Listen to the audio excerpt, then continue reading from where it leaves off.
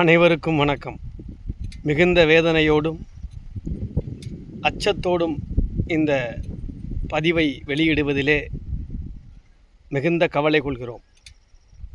சிவகங்கை மாவட்டம் திருப்பத்தூர் தாலுகா கீழக்காவனூர் பகுதியில் இன்றைய தினம் 15 வயது மதிக்கத்தக்க அஸ்வின் என்கின்ற பள்ளி மாணவர் கண்மாய்க்கரை பகுதியில் கழுத்து அறுக்கப்பட்டு நிலையில் கொலை செய்யப்பட்டிருக்கிறார் என்ற செய்தியை பார்க்கிற பொழுது மிகுந்த வேதனை அளிக்கிறது, கவலை அளிக்கிறது.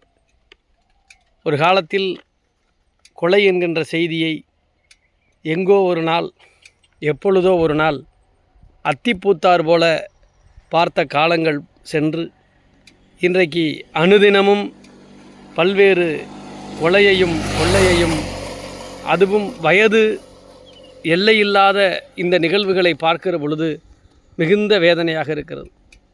2 நாட்களுக்கு முன்பாக கூட 12 வயது மதிக்கத்தக்க ஒரு பள்ளி மாணவனை கொன்றிருப்பதாக செய்திகளை பார்த்தோம்.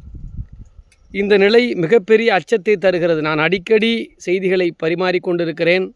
கிட்டத்தட்ட ஒரு 5 ஆண்டுகளுக்கு முன்பாக நான் ஆரம்பித்த இந்த சேனல் மூலமாக பள்ளி கல்லூரிகளில் நீங்கள் என்றைக்கு ஒழுக்க ரீதியான கல்வியை கொண்டு செல்கிறீர்களோ அன்றுதான் எதிர்கால சந்ததியரை காப்பாற்ற முடியும் என்று அடித்து சொல்லேன்.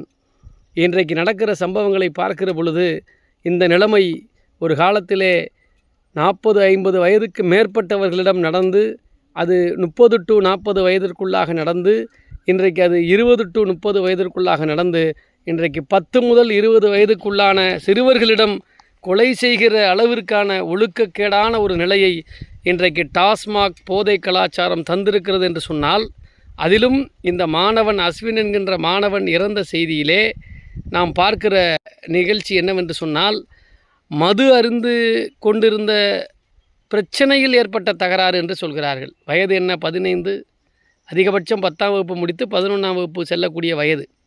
அவன் இதை நாம் உற்று நோக்கி பார்க்க வேண்டும். அது எந்த அரசாங்கமாக இருக்கட்டும், ஒட்டுமொத்தமாக டாஸ்மாகை மூட வேண்டும். அது அரசாங்கமும் நடத்தக்கூடாது, தனியாரும் நடத்தக்கூடாது. போதை கலாச்சாரத்தை ஒழிக்க வேண்டும் என்று சொன்னால் ஒட்டுமொத்த போதைக்கும் முற்றுப்புள்ளி வைக்காத வரையில் நாம் எதிர்கால சந்ததிகளை காப்பாற்றுவது மிகுந்த அச்சமான ஒரு விஷயம். இன்னொரு விஷயம், பள்ளி கல்லூரிகளில் மதிப்பெண்ணை மட்டுமே மையப்படுத்தி நீங்கள் மாணவர்களை உருவாக்க வேண்டும் என்று நினைத்தால், சினிமா சீரியல்களில் காட்டப்படுகிற காட்சியை போன்று மாணவர்கள் வளர வேண்டும் என்கின்ற பாங்கு வந்து விட்டதாலே நீங்கள் மிகப்பெரிய கவனத்தோடு பள்ளி கல்லூரியினுடைய ஒழுக்க ரீதியான கல்வி பணிக்கு நாம் ஆற்றல் மிகுந்த பெற்றோராக பங்கெடுக்க வேண்டிய கடமை இருக்கிறது.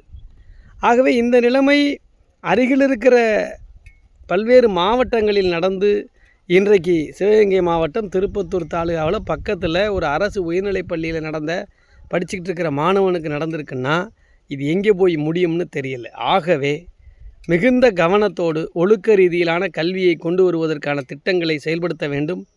நீதிநெறி வகுப்புகளை முறைப்படி நடத்த வேண்டும். சட்டம் சார்ந்த விழிப்புணர்வு வகுப்புகளுக்கும் வழக்கறிஞர்களை நியமிக்க வேண்டும்.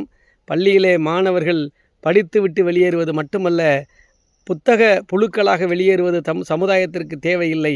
அவர்கள் மனிதர்களாக வர வேண்டும். இதுதான் எங்கே நடக்குது கொலை கலாச்சாரம்? 10 to 20 வயசுக்குள்ளே இது எங்கே போய்கிட்டு இருக்கு தமிழ் சமுதாயம்? இந்த செய்திகளை நம்ம வட மாநிலங்களில் கூட பிற நாடுகளில் கூட பார்க்க முடியலை.